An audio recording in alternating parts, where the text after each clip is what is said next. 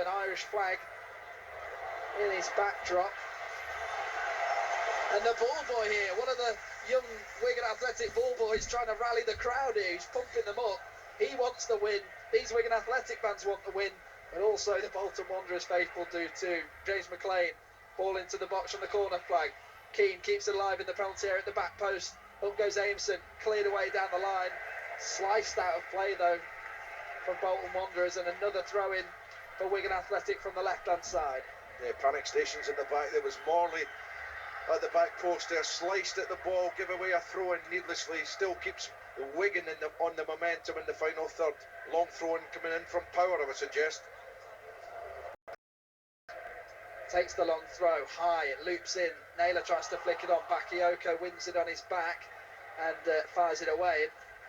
Tilt's just gone down there, I think. I don't know what's happened there to Tilt. He's just felt something. He's in agony on the far side. Is it his back or his hamstring maybe that's gone now? He's really not in a good place. His knee, I think it was, Dom. He seemed to land and his knee seemed to buckle. 5 minutes of added time in the derby. Tilt is down still. Seemed to really react strongly to the impact. The physios are going over there. He stands on his feet. He falls back down to the ground. That does not look good for Curtis Tilt, and it looks like his afternoon could all but be ending here in a bit of pain.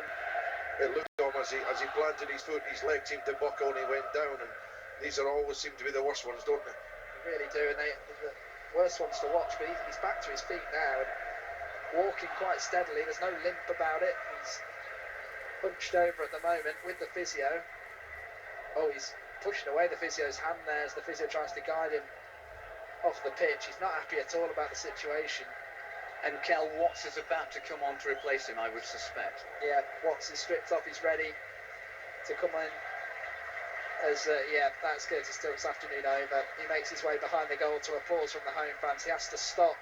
He's so frustrated. You can see it. He wanted to see this game through. No one wants an injury like that. But he's going to walk off.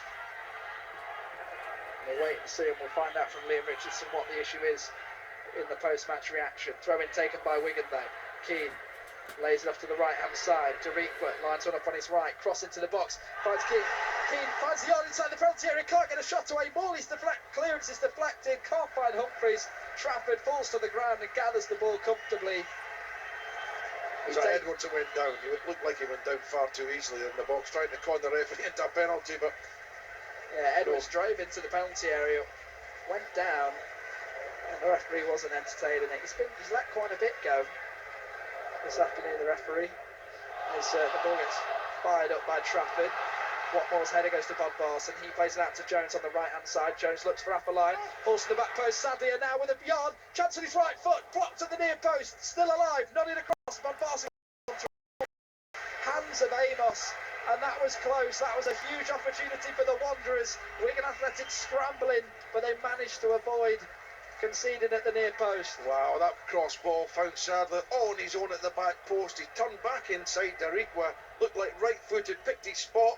And it was only a last-ditch block there that prevented that ball from hitting the back of the net.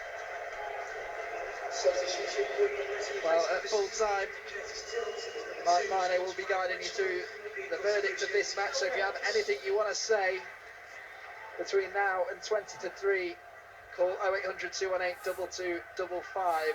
Or you can text 81333. Start the message with the word MAG. The points at the moment being shared.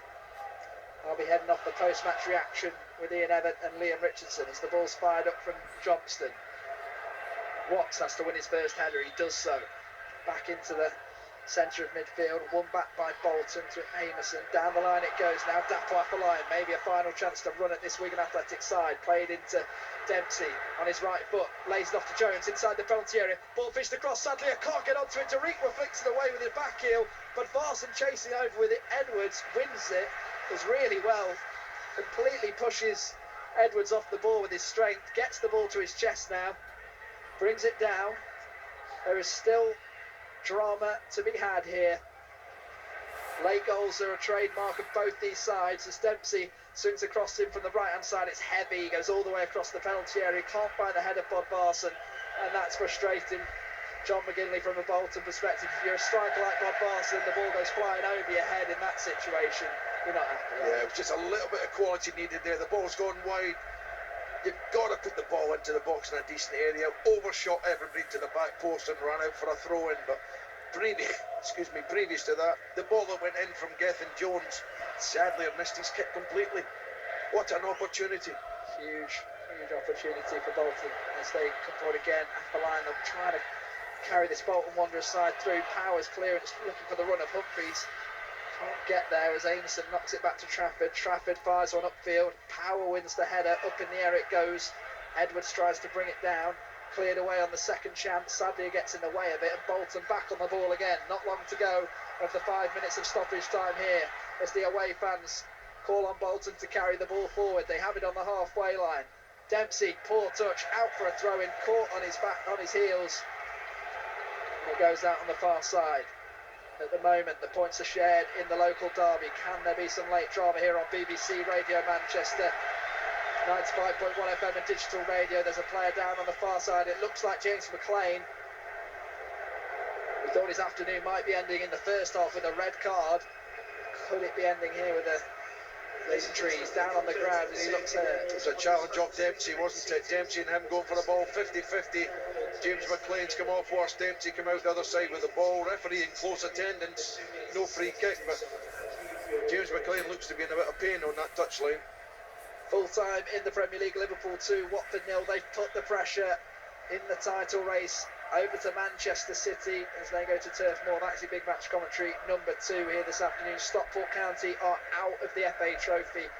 The Hollywood backed Wrexham have won by 2 goals to 0 in that one. They'll play either Bromley or York, who play at 3 o'clock this afternoon in the final. Unfortunate for Stockport County, but they have one focus this season, and that is promotion from the National League. Here, Wigan Athletic still level at 1 apiece with Bolton Wanderers.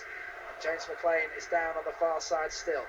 You would say, I know he's on pain now and he's on the far side, but Paul, what do you think there? I think the second half obviously has been affected by the yellow in the first, because he's been very, very quiet in the second half. Incredibly quiet. I was surprised he was stayed on, to be honest with you, John, because I thought maybe Joe Bennett would come on in his place, but maybe he now regrets it if he's got another injury. That will be 2 players as well, with Curtis Tilt coming off. But we're going to have a good squad, and to be honest with you, as far as this scoreline is concerned, I'll settle for 1-1, I tell you. Yeah. So, yeah, but this is the thing, John, isn't it, with Bolton this season? There's no room for error. Ian Evans said that. Do they need 3 points from these remaining 7 games to have that hope for playoffs? Without doubt we do. I mean, we go into this, we knew today we need a win, we need to keep the season going, and that's it, you know. That's why we're still pushing towards the end of not settling for 1-1. Certainly are. Can they bring alive those hopes with a late winner here? Can Wigan Athletic go top of League One? Still so much up for grabs at the moment. Wigan Athletic poised, level on points with Rotherham with a worse goal difference. Rotherham with a 39 goal difference. Wigan with a 32. Wigan have played a game less though. And there's a throw in, and we're back underway on the far side for Bolton Wanderers. Declan Jones, Amerson takes it down the line. Infield it goes, won by Max Power, rises higher than anyone. Amerson, first time pass through to Bodvarsson. His flick-on's not good, and Watson clears it away up the line for the Latics. Into the head of Amerson. He just hits it out of play for a throw-in on the far side to Wigan Athletic. There's not long to go. Wigan Athletic having a throw-in inside their own half, going from left to right with just a few moments left. Liam Richardson still conducting traffic at the moment. He's outside his technical area, nearly on the pitch. Ian Evatt just stands at the centre of his, hands in pockets. Is this season over for Bolton Wanderers? I thought playoffs might be the expectation this season. How do you feel, Bolton Wanderers fans? Text 81333, start the message with the word Mancor. Call 0800 218 2255. Wigan Athletic fans, will you take the draw? Because that is what you've got. Here in the local derby, Wigan Athletic took the lead in the first half through a James McLean cross-come shot. Josh McGuinness didn't quite make contact with it, but did enough as the ball skidded off the surface into the far bottom corner, into the back of the net. James McLean was given the credit. They took that lead into half-time, Bolton Wanderers came out the better side in the second half. They dominated for large shares of it, and they got their equaliser to young Dardy Budvarsson, flashing across the front post. A wonderful header into the far bottom corner. A great goal for the substitute, and it is made it here at the DW Stadium in the local derby as James McLean gets helped off the field of play by physios. Wigan Athletic 1, Bolton Wanderers 1. Dom, thank you. 9 goals by subs then this season, John McGinley. Another goal in the final 10 minutes. Something in that for Bolton, isn't there?